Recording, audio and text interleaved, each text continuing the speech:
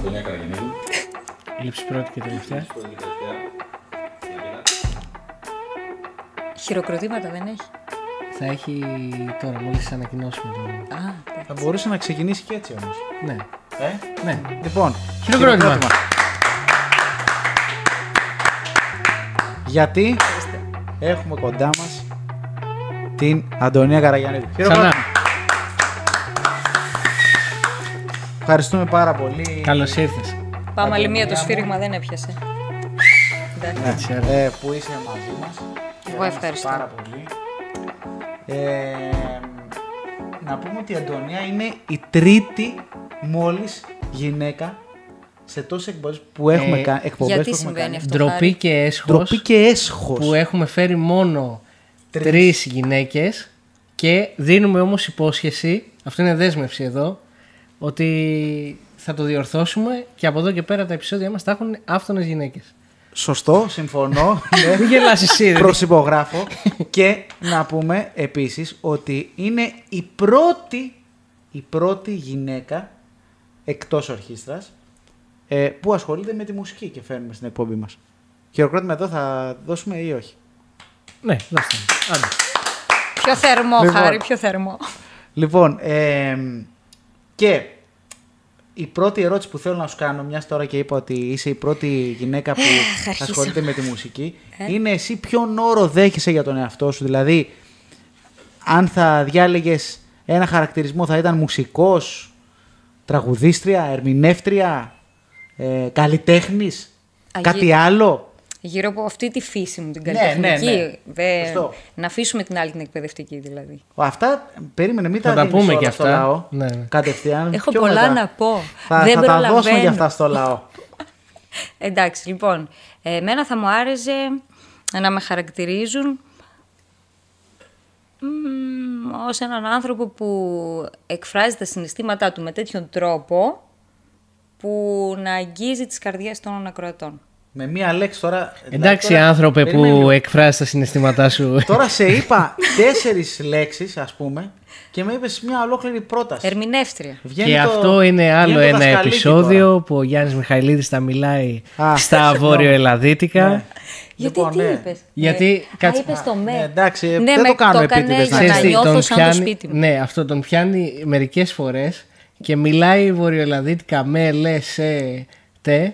Εντάξει το παιδί. Ναι, όμως εγώ τώρα αμέσως νιώθω Συγγνώμη. οικία. Είπαμε ότι την πιάσαμε κατευθείαν από Θεσσαλονίκη. Όχι, θα τα πούμε τώρα. Α, ωραία. Εγώ θέλω να ρωτήσω πρώτα πριν πάμε στο οτιδήποτε. Γιατί ερμηνεύτρια όμως? Έτσι, μ' αρέσει. Α, επειδή σ' αρέσει. Ναι. Δεκτό. Είναι τόσο ξεκάθαρο και νομίζω σαφές. Ωραία, μιας και είπαμε τώρα για Θεσσαλονίκη. Θεσσαλονίκη μένεις τώρα, δεν κατάγεσαι από τη Θεσσαλονίκη. Δεν κατάγομαι, όχι. Μένω. Από πού κατάγεσαι, Πόσα Αντωνία κάτσε μου? λίγο να θυμηθώ, Γιάννη μου. Πόσα χρόνια μένω Θεσσαλονίκη? Πάνω από 10. Πάνω από 10. Εντάξει. Ναι. Είπα εγώ 15. Α, Όχι. ήταν 15, δεν ξέρω. Τέλος πάντων, ας μην μείνουμε στους αριθμούς. Ναι. Η ερώτησή σου ήταν από πού κατάγομαι. Ναι. Πολύ μεγάλη ιστορία αυτή, αλλά θα την πω συνοπτικά. Το επίθετο το Καραγιαννιδέικο, το Καραγιαννίδης, Ναι. θα το συναντήσει κάποιος στην Ινόη Καστοριάς, γενικά στην περιοχή της Καστοριάς. Άρα, Οκ. ο πατέρας μου είναι από τον νομό Καστοριάς, η μαμά μου είναι από τον νομό Φλόρινας, το χωριό μου στον νομό Φλόρινας λέγεται Βαλτόνερο. Οκ. Στον νομό Καστοριάς είπαμε Ινόη, το είπαμε. Ναι. Ξεχνάω, έχω και μια ηλικία. Ναι. Και μεγάλωσα στην Πτολεμαΐδα. Άρα έχω πιάσει όλη τη Δυτική Μακεδονία. Καστοριά, Φλόρινα, Κοζάνη. Τι τρίγωνο φωνικό είναι αυτό. Τον τρίγωνο των ποντίων. Ναι, ναι, ναι. Είναι αρκετά ποντιομάνα η Μακεδονία γενικά. Είναι, ναι. Εντάξει, και η Θεσσαλονίκη ως κέντρο, που είναι λογικό, κάθε κέντρο συμπυκνώνει, ας πούμε. Ναι, και τα εδώ πάντα. όμως έχετε. Απλά νομίζω στο πλήθος του κόσμου λίγο χάνονται. Όταν λες μεγάλος Πτολεμαΐδα, εκεί γεννήθηκες δηλαδή και... Γεννήθηκα Φλόρινα Ναι. και στην Πτολεμαΐδα έζησα από τα 5 μέχρι τα 18, μέχρι που πέρασα πανεπιστήμιο, Φλόρινα. Ναι. Άλλα 4 χρόνια Φλόρινα και μετά... Απογαλακτίστηκες. Ανά την Ελλάδα παντού. Απογαλακτίστηκες πάντως. Δηλαδή από Πτολεμαΐδα πήγες Φλόρινα. Ναι, ναι, ναι, έκανα μεγάλο βήμα, μεγάλη επανάσταση. Οπότε η μουσική, κατά κάποιο τρόπο, το ενδιαφέρον και αργότερα η ανασχόληση προέκυψε από την Πτολεμαΐδα, θα λέγαμε. Δεν μπορώ να καταλάβω κι εγώ από πού προέκυψε. Τα ποντιακά ήταν πάντα μέσα στο μυαλό μου, μέσα στη ζωή μου, στην καθημερινότητά μου. Ο πατέρας μου τραγουδούσε ποντιακά και τραγουδάει.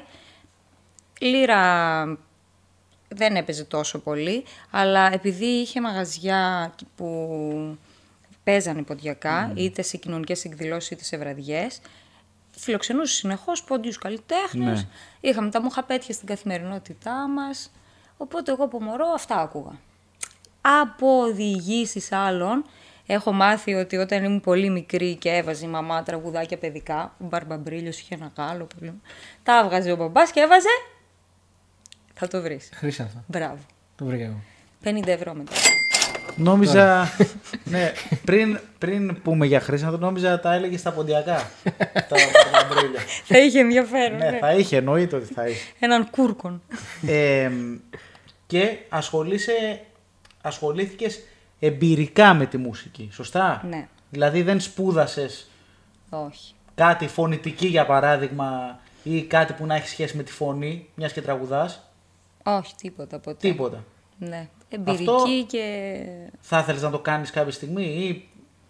Πάντα λέω θα το κάνω και πάντα αυτή η ζωή. Δεν το κάνεις, Ναι, ναι. Η ρημάδα, η Η ζωή, ρημάδα. πώς τα φέρνει έτσι. Πιστεύεις όμως έπαιξε ρόλο στην ενασχόλησή σου και το περιβάλλον τριγύρω ονός, ας πούμε? Κοίταξε, να πω την αλήθεια. Να πούμε ποιος είναι ο νονός ο της, Δημήτρης Κουγιουμτζίδης. Ναι. Σίγουρα έπαιξε μεγάλο ρόλο στο τι έχω εγώ στη μνήμη μου και μέσα μου και τι ορίζω ως ποντιακή μουσική, το περιβάλλον μου. Από εκεί και πέρα, όταν μεγαλώνεις μέσα σε αυτούς τους ανθρώπους, είναι αυτό που γνωρίζεις από την αρχή, είναι το φυσιολογικό. Δεν μπορείς να καταλάβεις δηλαδή τι συμβαίνει. Για μένα ο νουνός μου ήταν ο νουνός μου. Δεν τον έκρινα δηλαδή ως λιράρι ή να καταλάβω το ρόλο του απέναντι στον ποντιακό πολιτισμό. Και αντίστοιχα και για τον μπαμπά μου. Ο μπαμπάς μου ήταν ο μπαμπάς μου. Τώρα, μέχρι τα πρώτα χρόνια, εκεί κοντά στην εφηβεία ας πούμε, άκουγα συνέχεια μουσική και ποντιακά μέσω του μπαμπά. Κάπου εκεί στην εφηβεία έκανα και εγώ την επανάστασή μου και ξέρεις, λίγο απομακρύνθηκα ρε παιδί μου από το πρότυπο της οικογένειας και από αυτά και απομονώθηκα, ήθελα να νιώθω ανεξάρτητη, να νιώθω ότι δεν έχω σχέση εγώ με αυτά με τα οποία ασχολείται η οικογένειά μου. Άκουγα εκεί πέρα Κατσιμιχαίους, ας πούμε. Τώρα έτσι όπως το 4 χρόνια, 5. active member, κάτι εντελώς άσχετο. Άκουγα και Καρά και Σφακιανάκι. Εντάξει. Δοκίμασα τα πάντα. Κοίτα, αυτά δεν μου φαίνονται περίεργα. Εντάξει, καλύτερα τα ποντιακά.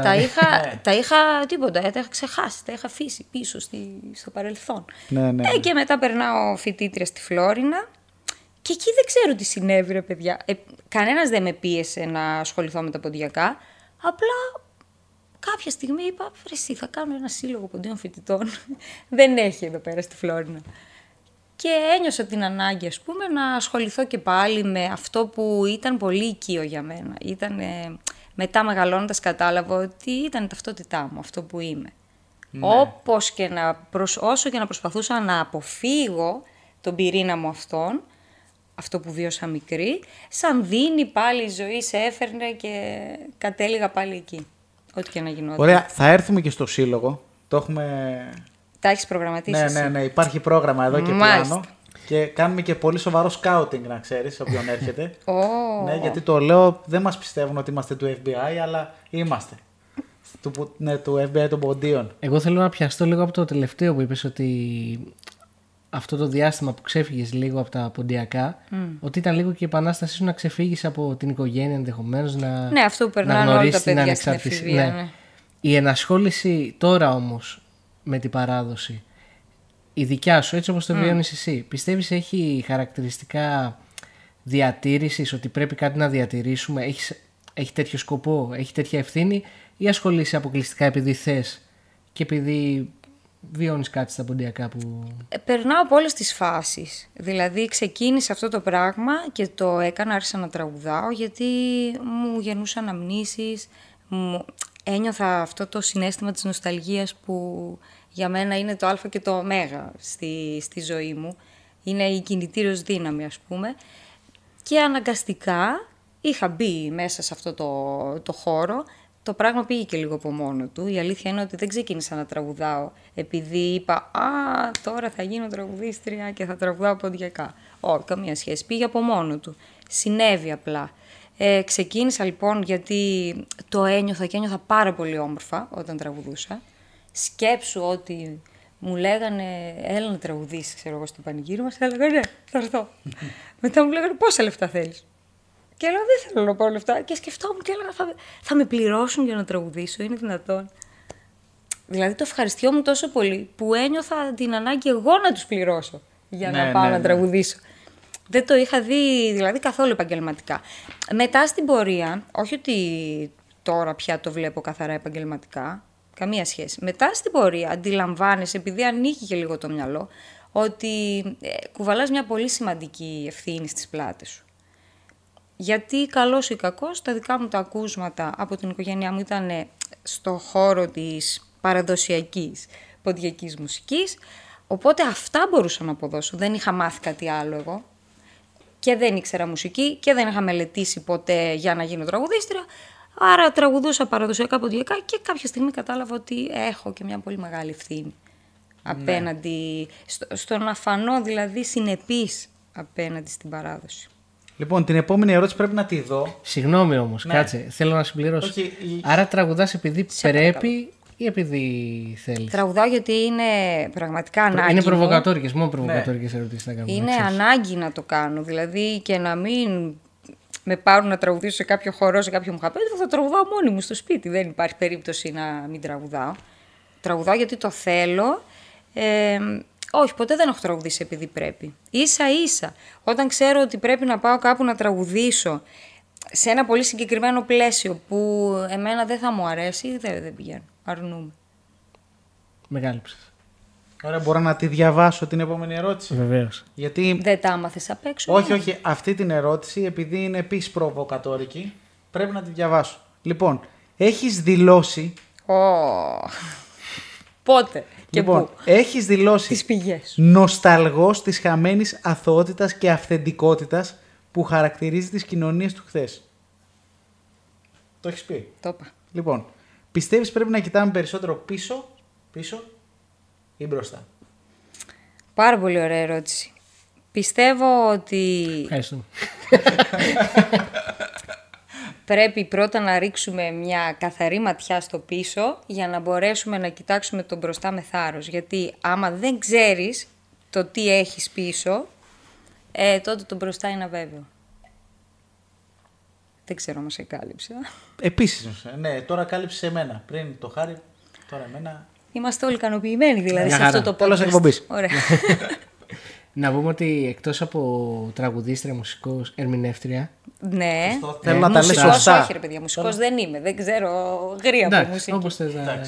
Είσαι και δασκάλα. Ναι. Έτσι, και σήμερα έρθεις από μάθημα. 7.30-8 παρά ήμουν στο σχολείο. Χτύπησα το κουδούνι και ξεκινήσαμε. Γλώσσα, τώρα μαθηματικά, μελέτες. Γλώσσα. Τώρα μου θύμισε ένα ανέκδοτο, αλλά θα σου το πω μετά. Όχι, άστο, θα μας το πεις μετά. Δεν κάνει να λέμε. Όχι, είναι ωραίο, θα σου το πω, είναι με δασκάλα. Εντάξει. Ωραία. Λοιπόν, θέλω να μας πεις πώς καταφέρεις να κοντρολάρεις, ας πούμε, κάπως τους δύο αυτούς ρόλους και αν νιώθεις ευθύνη και σαν δασκάλα, αν νιώθεις ευθύνη ή πώς το βλέπεις εσύ καθαρά προσωπικά, κατά πόσο προσπαθείς να περάσεις στα παιδιά, αν προσπαθείς να περάσεις όλο αυτό το κομμάτι περί παράδοσης, περί μουσικής, περί παλαιών τρόπων. Ναι, κοίταξε, ούτως ή άλλως τα αναλυτικά προγράμματα, αυτά δηλαδή που ορίζει το Υπουργείο Παιδείας να διδάσκουμε, δίνεται πολύ έμφαση στο κομμάτι του πολιτισμού, γενικότερα. Και αυτό κάνω κι εγώ. Τονίζω στα παιδιά ότι είναι πάρα πολύ σημαντικό να γνωρίσουν τις επιμέρους κουλτούρες και τον πολιτισμό διάφορων λαών και να φύγουν λίγο από αυτό το πρότυπο του παγκοσμιοποιημένου ατόμου, ναι, που είναι ρε παιδί μου μια σούπα που τα βάλαμε όλα μέσα και ένα πράγμα που είναι κοινό για όλους. Να αναγνωρίζουν και να αξιολογούν και να σέβονται τις εκάστοτε κουλτούρες, να βρίσκουν τον τρόπο να τις κρίνουν αντικειμενικά, γιατί πάρα πολύ εύκολα κρίνουμε, δεν είναι η εποχή μας αυτή να κρίνουμε.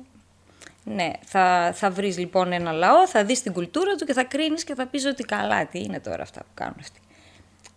Υπάρχουν κάποια κριτήρια με τα οποία πρέπει να το κρίνεις, ότι αυτό που βλέπεις εσύ στο σήμερα έχει δομηθεί με βάση τη ζωή τους πάρα πολλά χρόνια πριν.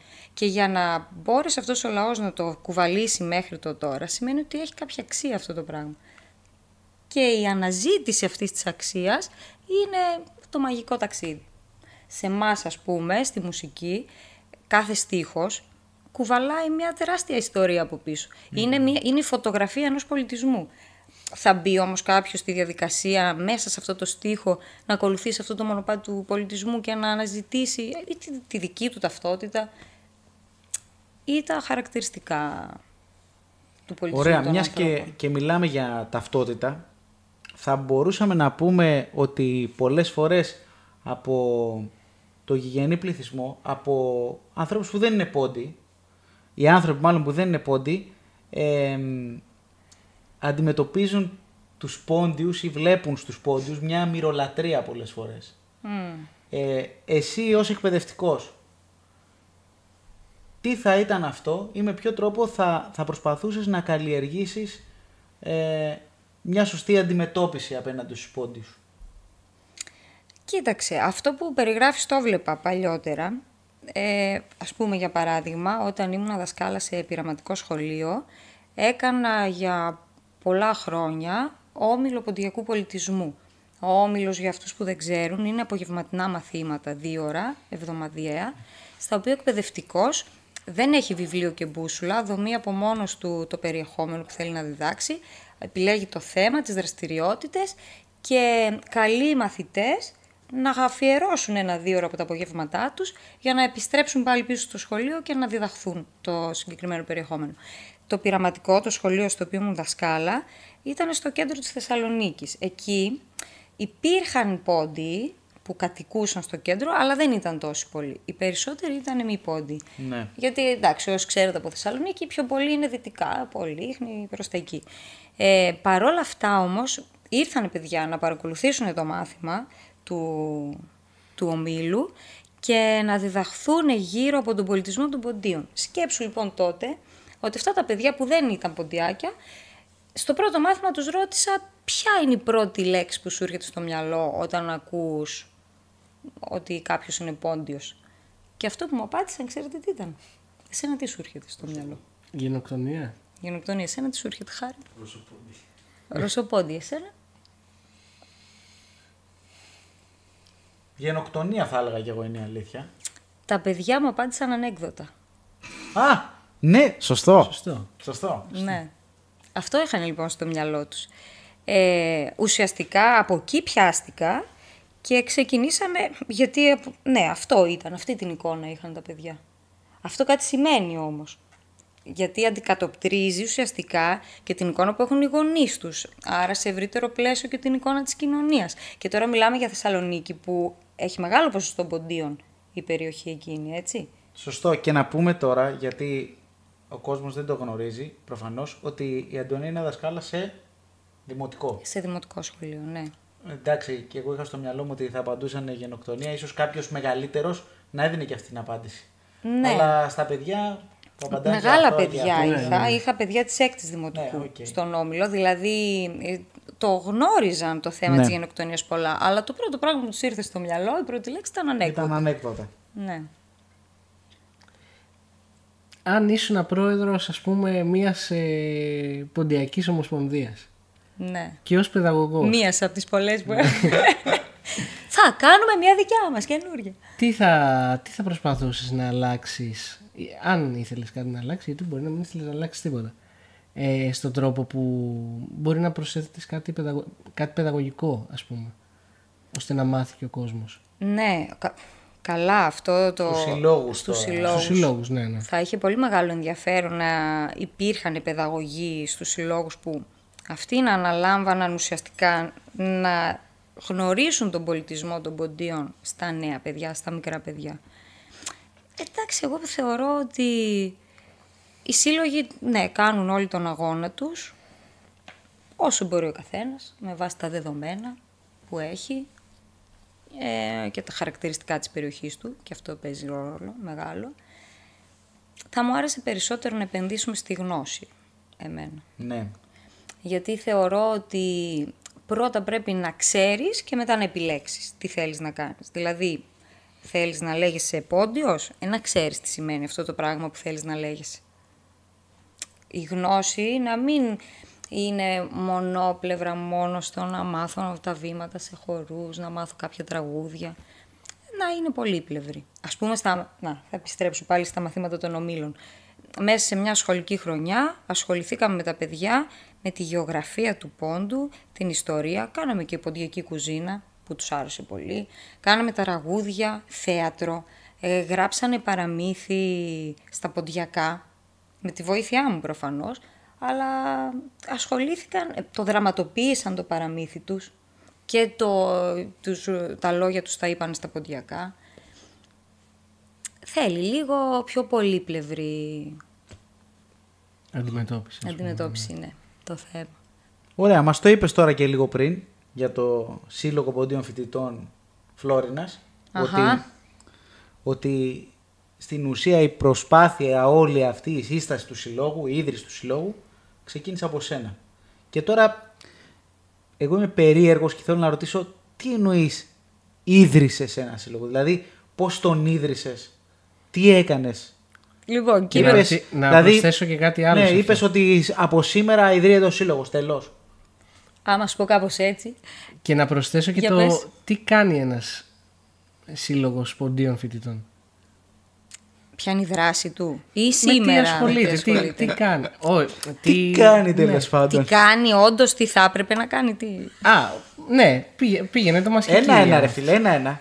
Κάτσε να μας πει για το και μετά τι κάνει και τι θα έπρεπε να κάνει. Ωραία, ξεκινάμε λοιπόν. Εγώ ήμουν πόσο χρόνο τότε, 21. Σχεδόν έμπαινα στο τελευταίο έτος ουσιαστικά. Με έπιασε αυτό που έλεγα πριν. Γύρισα πάλι πίσω στην ταυτότητά μου και στις ρίζες μου. Ξαφνικά παράτησα Κατσιμιχαίου, Καρά, Σπακιανάκη και άρχισα να ακούω Χρυσάνθο πάλι.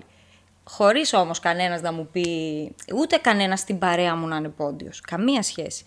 Και εκεί που ξανακόλλησα με τα ποντιακά και άκουγα συνέχεια και μανιωδώς, λέω ρε εσύ, να είχαμε ας πούμε εδώ πέρα ένα σύλλογο, να βρω και άλλα παιδιά που να ακούνε ποντιακά και να μαζευτούμε και να έχουμε τα ίδια ενδιαφέροντα, να κάνουμε παρέα.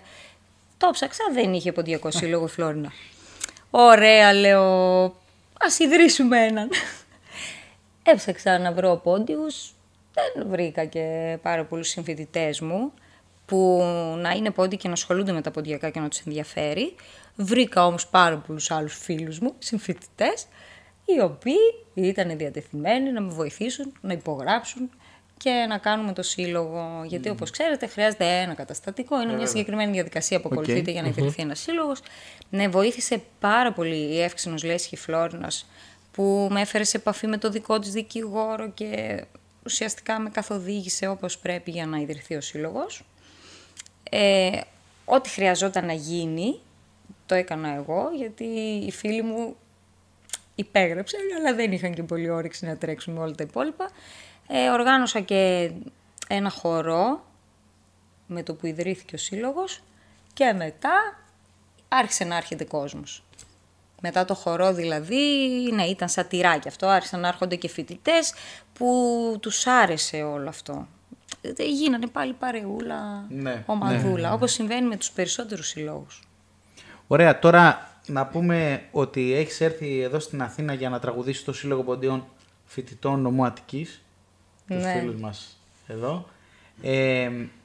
Τι πιστεύεις ότι προσφέρουν οι φοιτητικοί σύλλογοι? Και τι κάνουν. Και τι θα έπρεπε να κάνουν. Οι ποντιακοί. Και τι θα έπρεπε να κάνουν. Το τονίζω αυτό γιατί και εγώ δεν είμαι πόντιος και πολλοί κόσμος που μπορεί να μας βλέπει δεν ξέρει τι μπορεί να κάνει ένας ποντιακός φοιτητικός σύλλογος, γιατί οι φοιτητικοί σύλλογοι υπάρχουν, αλλά υπάρχουν και ποντιακοί φοιτητικοί σύλλογοι. Κοιτάξτε, εγώ έχω εικόνα πιο πολύ από το Σύλλογο της Θεσσαλονίκης. Τώρα τα παιδιά πρώτη φορά με καλούν και κατεβαίνω, δεν τους έχω γνωρίσει ακόμα, ούτε έχουμε συζητήσει για να ξέρω ποια είναι η δράση του συλλόγου εδώ και τι συμβαίνει.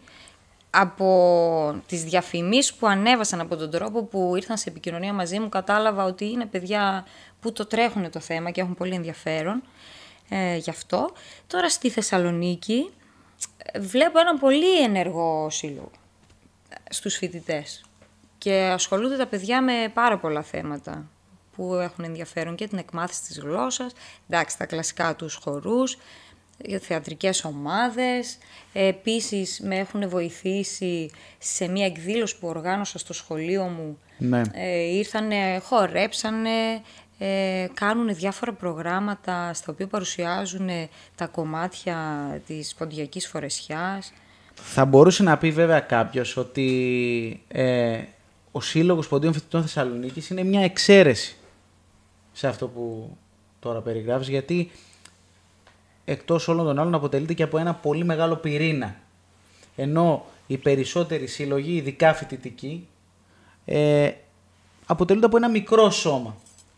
Και εν τέλει αυτό που σκέφτομαι είναι, και τι πιστεύεις και εσύ εννοείται πάνω σε αυτό, είναι αυτοί οι σύλλογοι μπορούν να έχουν διάρκεια μες στον χρόνο? Μπορούν. Μέχρι και ο Σύλλογος Ποντίων Φοιτητών Φλόρινας ακόμη αντέχει, κρατάει γερά. Μπορούν. Ωραία. Άρα ο Σύλλογος Ποντίων Φοιτητών Φλόρινας τώρα εντωμεταξύ Πόσα μέλη έχει, Ναι. Μην μου κάνεις τέτοιες ερωτήσεις τώρα, πού να ξέρω. Δεν έχεις καμία Έχει σχέση και τώρα με πάρα τον... πολλά χρόνια από τότε που Με το Σύλλογο Ποντίων έφυγα από Φοιτητών εκεί. Φλόρινας τώρα καμία σχέση? Όχι, Δεν σε έχουν βραβεύσει ποτέ ως επίτιμο Με έχουν μέλος? βραβεύσει. Ναι, με έχουν βραβεύσει μια φορά. Πριν πάλι πολλά χρόνια. Τα χρυσά μου. Ωραία, λοιπόν. Να περάσουμε τώρα σε μια ενότητα με μερικές ερωτήσεις που έχουν να κάνουν κυρίως με την καταγωγή σου και ειδικότερα με την ποντιακή μουσική παράδοση στη Δυτική Μακεδονία. Λοιπόν, έχουμε ετοιμάσει έτσι κάποιες Ερωτησούλες. τζιζ Και ναι. προβοκατόρικες ερωτήσεις. Οχ. Η πρώτη ερώτηση που θα ήθελα να κάνω είναι η εξής. Θα έρθει εκ δεξιών. Εσύ ετοιμάζεις Ναι, την ναι, επόμενη. εγώ μάλιστα. την Ναι. Έχοντας μεγαλώσει σε μια περιοχή όπου το κλαρίνο έχει εξέχουσα θέση στην ποντιακή μουσική. Σήμερα πώς βλέπεις το ρόλο του κλαρίνου στη μουσική και αν πιστεύεις ότι μέσα στο χρόνο έχει υποστεί μια αλλίωση σε σχέση πάντα με το πώς το έχεις βιώσει εσύ, ξαναλέω. Εδώ έχει υποστεί αλλίωση η λύρα. Ναι. Δεν θα υποστεί το κλαρίνο. Λοιπόν, το χωριό μου είναι καρσλίδικο χωριό, αυτό της μαμάς μου, εκεί που μεγάλωσα, στη Φλόρινα, στο Βαλτόνερο. Έχει βγάλει μεγάλους κλαριτζίδες για την περιοχή της Φλόρινας. Μεγάλα ονόματα δηλαδή. Κάποιοι από αυτούς έχουν έρθει και από τον Πόντο, σκέψου. Μόνο με κλαρίνο ακούγαμε τα ποντιακά. Στο γάμο μου με κλαρίνο πήγα στην εκκλησία. Το έχω δηλαδή στα αυτιά μου και μέσα στην κουλτούρα εκείνης της περιοχής. Δεν ακούω το ίδιο κλαρίνο τώρα, εννοείται, σε διάφορα stories που βλέπω στα κοινωνικά δίκτυα, αλλά δεν ακούω και τις ίδιες λύρες. Με του νουνού μου, ας πούμε, ή με τα ακούσματα που είχα εγώ από μικρή. Οπότε είναι αναπόφευκτο να αλλάζει πάντα η χρειά και το τρόπος με τον οποίο θα παίξουν, αφού έρχονται σε επαφή με άλλου είδους μουσικές. Δεν γίνεται αυτό να μην σε επηρεάσει. Οπότε παίζει ρόλο η πληροφορία, πιστεύεις, που δίνεται απλόχερα στον... Κοίτα τώρα, ας πούμε, εσείς που είστε μουσικοί μπορείτε πιο εύκολα να απαντήσετε σε αυτό. Εγώ που είμαι εντελώς εμπειρική, καταλαβαίνω ότι αυτό που έχω ακούσει έχει αποτυπωθεί στο μυαλό μου χωρίς να το καταλαβαίνω και κάποια στιγμή βγαίνει, όταν είναι, ας πούμε, να ερμηνεύσω κάτι. Φαντάζομαι ότι ακριβώς το ίδιο συμβαίνει και με τους ανθρώπους που παίζουν μουσικά όργανα.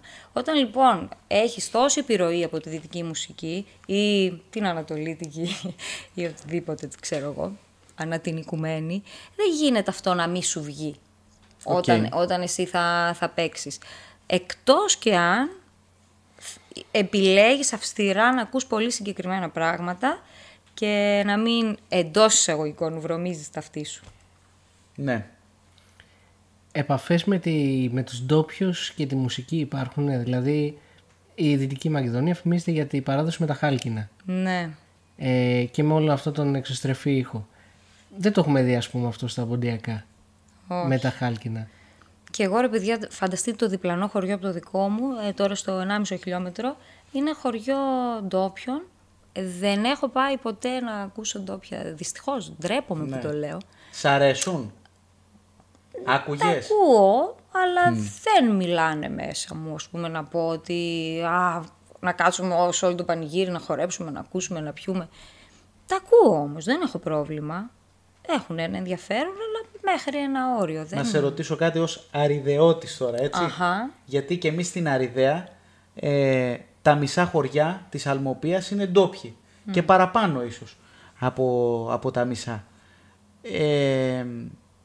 Τι σχέσεις υπάρχουν μεταξύ ντόπιων και ποντίων?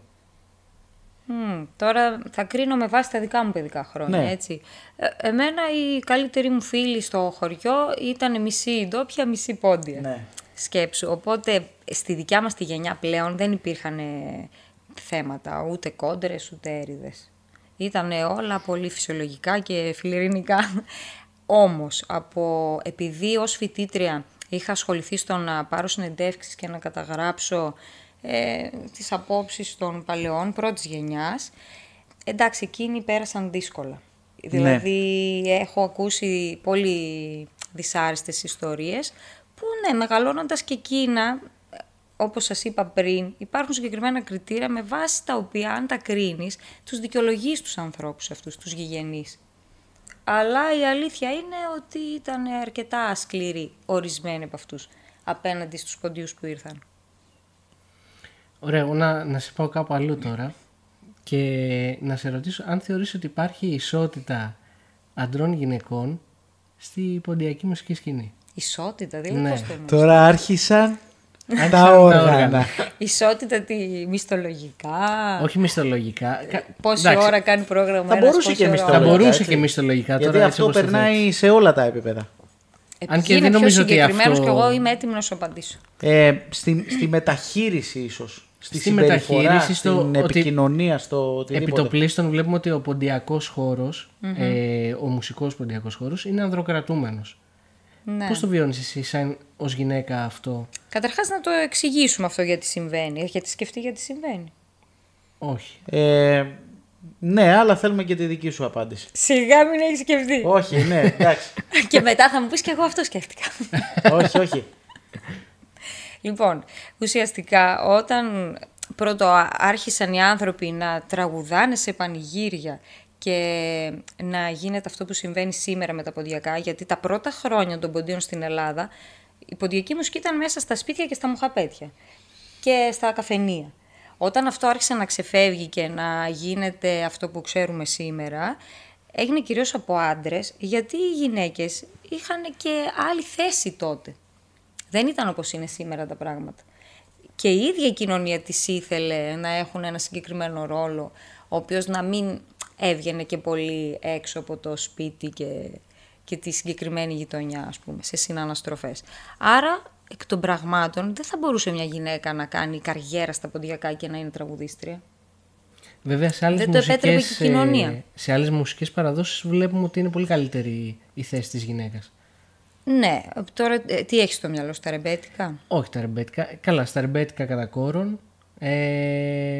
Στα νησιώτικα επίσης. Τα ρεμπέτικα όμως τώρα εσείς θα το επιβεβαιώσετε, γιατί δεν ξέρω και πολλά από αυτά. Δεν ξεκινάνε από Σμύρνη και ούτως ή άλλως εκεί ήταν κάπως αλλιώς η κατάσταση. Γιατί Ένα αστικό πλαίσιο, όχι. ήταν αστικό, ναι, και προφανώς οι άνθρωποι είχαν άλλες επιρροές και άλλο Σίγουρα, πολιτισμό. ναι. Οπότε από εκεί το μετέφεραν και εδώ και τα πρώτα χρόνια δεν ξέρω αν τόσο...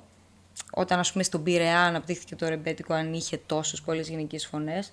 Αργότερα ξαναξεπίδησαν λίγο, έτσι δεν είναι? Ναι, ναι. Ή κάνω λάθος? Όχι, σωστή. Τι έχεις στο μυαλό σου για... Εντάξει, δεν έβαλα το ρεμπέτικο γιατί Τα είναι και μια θρακιώτικα. αστική. Και στα θρακιώτικα και. Στα υπηρώτικα, ας πούμε, είναι μέσα στην κουλτούρα τους. Δεν κάνουν αυτές τις τριφωνίες και... Ναι, αυτό είναι τα πολυφωνικά, εντάξει, που άντρες-γυναίκες. Είναι συνήθως μεικτά τα φωνητικά σύνολα αυτά. Ναι, τα αλλά αυτοί συγκεκριμένα. ήταν πληθυσμοί οι οποίοι υπήρχαν εδώ πέρα και δεν Ναι. είχαν υποστεί αυτό που υπέστην ο ποντιακός λαός. Άρα αυτό το αποδίδεις, πιστεύεις, Νομίζω, ναι. και στις κλειστές κοινωνίες της τότε. Ναι. Και ότι σε όλο έπρεπε το να ιστορικό του ορθοποδήσουν. background. Ναι, ρε παιδί μου, ήρθαν δηλαδή εδώ. Δεν θέλεις 30 χρόνια για να ορθοποδήσεις, και με το που ορθοπόδησαν φύγανε μετανάστες στο εξωτερικό. Δηλαδή ήταν απανωτά τα χτυπήματα. Και μετά, όταν λίγο καταστάλαξε το πράγμα, ναι, άρχισαν να αναδεικνύονται γυναικείες φωνές. Βέβαια τώρα, στη σύγχρονη εποχή, έχουμε φύγει από όλες αυτές τις ιστορικές δυσκολίες που αντιμετώπισαν οι Πόντιοι. Αλλά εγώ κάνω τον προβοκάτορα, ναι, τώρα. Και πάλι δεν βλέπουμε. Και πάλι δεν βλέπουμε, γιατί έχουμε μάθει να ακούμε τα ποντιακά ποντρικές φωνές. Είναι να το ότι έχει συνηθίσει το μήπως ήρθε η ώρα να ξεμάθουμε. Και ξέρετε, τώρα θα πάω σε επόμενη ερώτησή σου, που είμαι σίγουρη ότι με περιμένει στη γωνία για να μου την κάνεις. Θα σου δώσω ωραία πάσα. Για μένα θα μιλήσω. Με βοήθησε πάρα πολύ το ότι οι τονικές που είχε ο Χρύσανθος ήταν στη γυναικεία περιοχή. Δηλαδή έχει συνηθίσει μέσω του Χρύσανθου το αυτί του ανθρώπου που ακούει ποντιακά να ακούει τονικά εκείνες τις περιοχές. Ναι. Αυτό βοηθάει στο να δεχτεί και να είναι πιο εύπεπτη μια γυναικεία φωνή που τραγουδάει ψηλά και όχι την αντρική, την πιο μπάσα.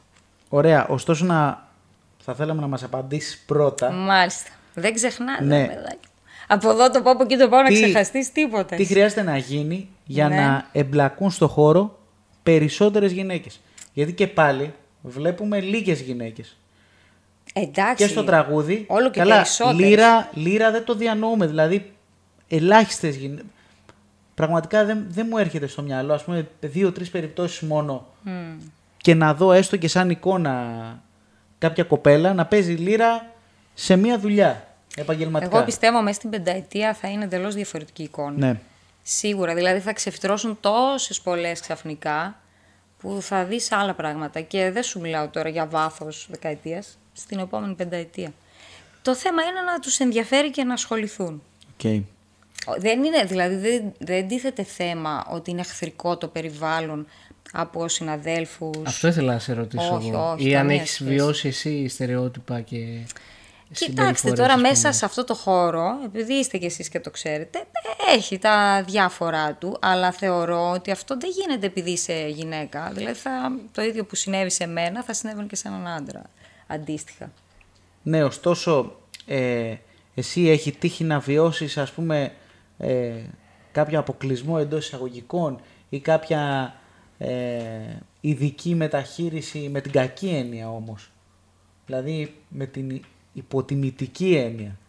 Εντάξει, ναι μωρέ, έχω ακούσει διάφορα. Και από πλευράς διοργάνωσης. Και από θεατές. Και από συναδέλφους ίσως. Και από συναδέλφους θα έλεγα εγώ. Όχι, συνάδελφοι, δεν έχω παράπονο από συναδέλφους. Δεν μου φέρθηκαν ποτέ με αγένεια. Είναι όλοι πολιτισμένοι και ευγενικοί. Τώρα υπάρχουν πάντα περιστατικά τα οποία δεν θα έπρεπε να έχουν συμβεί και συνέβησαν, αλλά δεν θεωρώ ότι αυτό συμβαίνει επειδή είμαι γυναίκα. Θεωρώ ότι θα συνέβαινε σε οποιονδήποτε άλλο. Ναι. Και άντρας να ήταν. Ναι. Εσύ έχεις δεχτεί επικριτικά σχόλια? Και αν ναι, πώς τα αντιμετωπίζεις? Καλά, μην νομίζω ότι φτάνουν και πολλά στα αυτιά. Τα φαντάζεσαι τα περισσότερα. Ναι. Και το κακό που συμβαίνει στο ποντιακό χώρο είναι ότι εκεί που όλοι είναι, ας πούμε, καλά, ένας ξέρω, είναι μια χαρά μαζί σου, ξαφνικά τίποτα, σταματάει, σου κάνει μούτρα και λες τι γίνεται τώρα, τι έκανα, για ποιο λόγο. Και επειδή κάποιος άλλος πήγε, είπε λόγια και τον επηρέασε, δηλαδή έχουμε λίγο αυτό το μίζερο που πρέπει να το αποβάλουμε. Το κουτσομπολίστικο. Πρέπει να το αποβάλουμε. Ναι. Το κουτσομπολιό νομίζω υπάρχει γενικά ανεξαρτήτως ποντιακού χώρου στη μουσική. Ναι. Εμένα γενικά... πάντα τώρα που είπατε για το κομμάτι το γυναικείο, για να το κλείσουμε, το μεγάλο μου άγχος ήταν να μην βγω να τραγουδήσω και να δοθεί έμφαση στην εξωτερική εμφάνιση. Δηλαδή δεν το ήθελα καθόλου αυτό. Από την αρχή, από την πρώτη φορά που πήγα να τραγουδήσω κάπου. Ήθελα μόνο να εστιάζουν στη φωνή, στην ερμηνεία και στα τραγούδια που επιλέγω να τραγουδήσω. αυτό ήταν το δικό μου άγχος, το προσωπικό. Ναι. Γιατί ένιωθα ότι συνέδεαν πάντα τη γυναικεία φωνή με μια τραγουδίστρια που είναι, ξέρω εγώ, από μπουζούκια της εθνικής οδού. Τα τελευταία 2-3 χρόνια είσαι και αρκετά ενεργή στη δισκογραφία. Ναι. Οπότε να βγάλουμε είδηση. Θα βγάλουμε. Δεν ξέρω, να ρώτα. περιμένουμε κάτι το επόμενο διάστημα. Να περιμένετε, βρε. Ωραία, για πες τον τίτλο Για πες τώρα τι, χάρτη και καλαμάρι. Τον τίτλο τελευταίο τον αποφασίζω. Α, εντάξει. Ναι. Τι, έχουμε συντελεστές, έχουμε να ακούσουμε. Κοιτάξτε, είναι τώρα μια δουλειά η οποία, ρε παιδιά, είναι πάρα πολύ δύσκολο. Βασικά είναι δύσκολο να τα συνδυάσω όλα, γιατί έχω και την εργασία μου το μεσημέρι, Okay. και είναι πολύ πιεστικό και απαιτητικό όλο αυτό. Άσε που έχω και τους ψυχαναγκασμούς μου να τα κάνω όλα σωστά και όπως πρέπει, και άμα δεν είμαι ικανοποιημένη δεν βγαίνει τίποτα. Ξεκινήσαμε να κάνουμε ένα νέο CD με προσδοκία ότι θα βγει σε 1 χρόνο, σε ένα ημερολογιακό έτος. Και ξεκινήσαμε τραγουδάκι.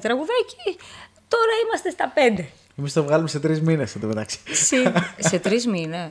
Εντάξει, πρέπει να με ξενυχτήσαμε αναλάβετε. κάθε μέρα όμως. Εγώ δεν μπορώ να ξενυχτήσω. Έχουν ζήσει εδώ οι Να μην σου πω πως έγραψα έχουν ζήσει εγώ. τη διαδικασία. Ναι. Τώρα είμαι στα 5. Ξύλο. Έχει και μερικά ακόμη. Τα περισσότερα τραγούδια, πρέπει να πούμε, είναι μουσικές τις οποίες τις έχει γράψει ο μπαμπάς μου και ο νονός μου. Ναι. Θέλαν αυτοί οι δύο να κάνουν ένα CD από παλιά, γιατί συνεργάζονταν. Τελικά δεν το κάνανε ποτέ και έμεινε σε μένα τώρα. Ήρθε η ώρα Ωραίο. να το επομιστείς. Ναι. Ωραίο. Ωραίο ακούγεται. Να Ναι. το υλοποιήσω, ωραίο ακούγεται, ναι. Και πραγματικά αυτό με αγγίζει και ακόμη περισσότερο. Δηλαδή, και αυτό το βάρος που λέγαμε και την ευθύνη τώρα, τη νιώθω διπλά. Ναι. Ωραία. Μέχρι στιγμής κινείσαι σε παραδοσιακά μονοπάτια Τι εντός είναι αυτά? εισαγωγικών. Το έχω κλέψει από αλλού αυτό. Θα σου πω μετά από Τι πού. εννοεί, Χάρη? Λοιπόν, σε παραδοσιακά μονοπάτια εντός εισαγωγικών, όσον αφορά τον ήχο σου. Τι εννοεί τον ήχο μου? Εννοώ αυτό που ακούμε, Α, σε αυτό που ακούμε δεν υπάρχει ενορχήστρωση. Δεν μπορείς να πεις ότι σε καμία περίπτωση ότι δεν είναι σύγχρονος ο ήχος. Σύγχρονα τα μέσα σίγουρα. ναι. Σύγχρονος ο ήχος δεν μπορείς να πεις ότι είναι. Είσαι κατά της ενορχήστρωσης, είσαι κατά του σύγχρονου ήχου ή πιστεύεις ότι αυτό είναι κάτι το οποίο δεν μπορείς να το υποστηρίξεις? Εντάξει, εγώ ποτέ δεν είμαι απόλυτη. Το έχω δοκιμάσει, παιδιά. Στο live, ας πούμε, είχα δοκιμάσει να βάλω και λαούτο. Στην αρχή το άκουσα, λέω, γλυκούλι, ωραίο. Τρομερό, Ωραίο Με γλυκό. το λαούτο είναι άλλο πράγμα. Και μετά από Τα λέει επειδή παίζει λαούτο. μετά από 5 λεπτά είπα, όχι, θα το βγάλω. Και το έβγαλα. Άρα να μην περιμένουμε δουλειά. Δεν ξέρω, Είπε, μάλλον ποτέ μην ρε λες ποτέ, παιδιά, εντάξει. έχει να κάνει το τι έχεις μάθει και τι έχεις ακούσει αυτό. Ναι. Δηλαδή, ενώ τσακ κατευθείαν το αυτή το δέχτηκε, είπα, πιο μαλακό, πιο γλυκό, πιο πλούσιο. Μετά από 5 λεπτά δεν μπορούσα άλλο να το ακούω. Ήταν κάτι ξένο σε αυτό που έχω μέσα στο Σε κεφάλι. απασχολεί ωστόσο αν με αυτόν τον τρόπο ενδεχομένως να άνοιγε περισσότερο το κοινό σου. Δηλαδή αυτό είναι κάτι το οποίο το έχει σκεφτεί. Δεν είναι γνώμονας μου αυτός. Okay. Καλά, αν ήταν αυτός ο γνώμονας μου θα είχα και άλλο ρεπερτόριο. Ναι. Όχι. Εγώ όταν τραγουδάω θέλω πρώτα εγώ να το ευχαριστιέμαι και αν το ακούσω, ας πούμε, να μην πω τι έκανα εδώ αργότερα ετεροχρονισμένα, παρά το να είναι σαν γνώμονα αν θα προσελκύσω κοινό ή όχι. Θέλω να μου πεις κατά πόσο πιστεύεις ότι έχεις επηρεαστεί, επειδή το είπες και πριν λίγο, από τον Χρύσανθο τραγουδιστικά. Και αν παίρνεις πράγματα τεχνικά ή της ερμηνείας του. Τεχνικά δεν μπορώ να πω ότι παίρνω, γιατί δεν ξέρω τώρα μουσική για να σου μιλήσω τώρα για τα τεχνικά. Η αλήθεια είναι ότι αυτό που ξέρω είναι ότι η μουσική μας παράδοση έχει διαδοθεί μέσω της μίμησης. Εννοείται ότι μέσα στα παιδικά μου χρόνια η φωνή του Χρύσανθου αντυχεί παντού, η φωνή του Χρύσανθου και η φωνή του μπαμπά μου. Οπότε θέλοντας και μη, έχω πάρει μάλλον αυτά που μ' άρεσαν από τον μπαμπά μου, αυτά που μ' άρεσαν από τον Χρήσανθο και είμαι ένα συνοθήλευμα αυτών. Που όμως μέσα σε αυτή τη διαδικασία, επειδή δεν μπορείς να μιμηθείς κάτι 100% με τίποτα. Δηλαδή παίζει ρόλο η χρειά, είναι τόσα άλλα που δεν μπορείς να το μιμηθείς και να θέλεις. Και ευτυχώς κιόλας. Όπως και να έχει θα βάλεις λοιπόν και δικά σου στοιχεία μέσα. Αλλά είναι, ρε παιδιά, η φωνή του είναι μέσα στο κεφάλι μου. Δηλαδή καμιά φορά όταν βαριέμαι σε τίποτα συνελεύσεις, ακούω Χρήσανθο στο κεφάλι μου.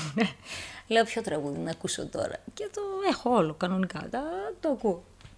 Οπότε έτσι εξηγείται, γιατί έχει τύχει, ας πούμε, εγώ και το έχω ακούσει, ότι κάποιοι που λένε ότι η Αντωνία η Καραγιαννίδου μιμείται Χρήσανθο. Ρε παιδιά, ο Χρήσανθος, σε ποια κάμερα κοιτάω? Εδώ. Στη μία που έχουμε. Μία έχουμε. Σταματήστε ρε, πάμε να το κάνουμε λίγο, ότι εδώ γίνεται χαμός. Ο Χρήσανθος είναι αμίμητος. Να σου πω κάτι, αυτό που είπες όμως πριν ότι...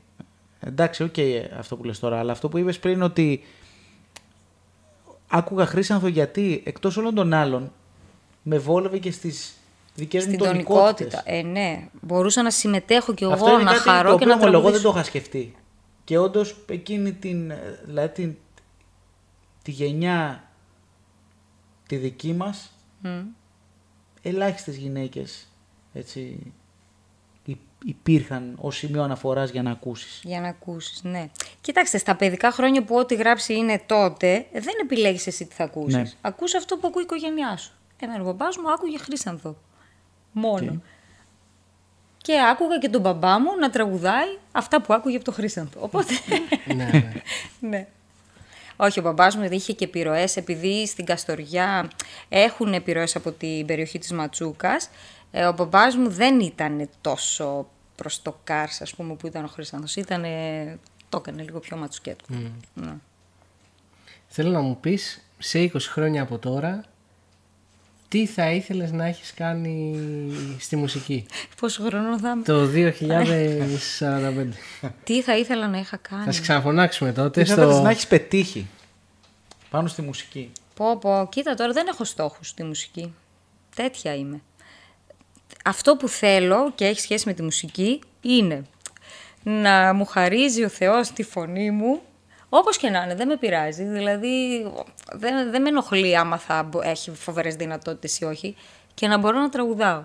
Αυτό δηλαδή θα το ήθελα, είτε με ακούει κόσμος, να μπορώ να το κάνω, είτε δεν με ακούει ο κόσμος. Αυτός είναι ο στόχος μου. Αμήν. Να μπορώ να τραγουδάω. Amen. Ναι. Ωραία, μια χαρά. Τι τελειώσαμε? Όχι, δεν τελειώσαμε. Κάτσε. Έχουμε το παιχνίδι, το οποίο ήρθε η ώρα να το μάθεις. Επειδή το λέγαμε δεν της το είχαμε πει. Κάνει έτσι τίποτα. Να δει. Λοιπόν, το παιχνίδι αυτό το σημερινό θα να τη ρωτήσουμε τι πιστεύει ότι θα είναι το παιχνίδι πριν της το ανακοινώσουμε. Κάτι άβολο. Τι πιστεύεις ότι θα είναι το παιχνίδι σήμερα? Κάτι άβολο θα είναι, χάρη. Θα είναι άβολο. Όχι. Ποιο πιστεύεις ότι θα είναι το παιχνίδι? Τι επιλογές έχω, δεν ξέρω. Λοιπόν, το παιχνίδι που θα παίξουμε σήμερα το παίζουμε πρώτη φορά. Okay. Είναι πρώτη φορά που το δοκιμάζουμε. Σε μένα θα κάνετε τα πειράματα? Εννοείται. Και είναι το εξής. Ναι. Θα πρέπει να διαλέξεις, θα σου πούμε κάποιους τραγουδιστές. Κάθε φορά κρατάς έναν. Και θα πρέπει θα πρέπει στην ουσία να προνοήσεις και το τι έρχεται. Άρα και το τι κρατάς. Κάπως. Τρομερό, Ρε, πού το σκεφτήκατε αυτό? Μην το σκεφτήκατε. Ναι. Δεν το έχω δει πουθενά να συμβαίνει αυτό. Απλά. 10 παραλλαγές αυτού. Ναι. Θα βγάζεις και φωτογραφίες? Όχι, αυτό είναι πρώτη φορά. Ναι. Απλά να πούμε ότι δεν έχουμε συμπεριλάβει το Χρήσανθο. Γιατί? Μέσα σε αυτούς. Γιατί θα ήταν Χρήσανθος. Περίμενε, θα βγαίνουν και φωτογραφίες τους και θα... Αυτά θα γίνονται στο μοντάζ. Χάρη. Εξαρτάται πόσα κέφια έχει ο Χάρης. Χάρη θα δείχνω, θα βγάζεις τις φωτογραφίες εσύ και εγώ θα λέω. Θα ξεκινήσεις? Όχι, ξεκινήσει. Λοιπόν, Στέλιος Καζατζίδης ή Στάθης Νικολαίδης? Υπάρχει κάποιο κριτήριο τώρα που επιλέγω? Όχι, το δικό σου. Ναι. Το οποίο κάθε φορά θα είναι σταθερό ή θα αλλάζει? Ό,τι θες. Κοίταξε, όποιον διαλέξεις τώρα μένει και θα πάει στον σε επόμενο. σύγκριση με τον επόμενο. Καζατζίδης. Ωραία. Να είμαι πιο γρήγορη, μάλλον, Στέλιος Καζατζίδης. Ο Καζατζίδης θα είναι εκ δεξιών μου, παρακαλώ. Λοιπόν, Στέλιος Καζατζίδης, Θεόδωρος Παυλίδης. Καζατζίδης. Στέλιος Καζατζίδης, Κωστίκας Τσακαλίδης. Καζατζίδης. Πάει δράμα, δεν θα ξαναπατήσω. Στέλιος Καζατζίδης, Χρήστος Παπαδόπουλος. Καζατζίδης. Στέλιος Καζατζίδης, Αχιλλέας Βασιλιάδης. Τι με έκανες τώρα. Μην κοιτάς.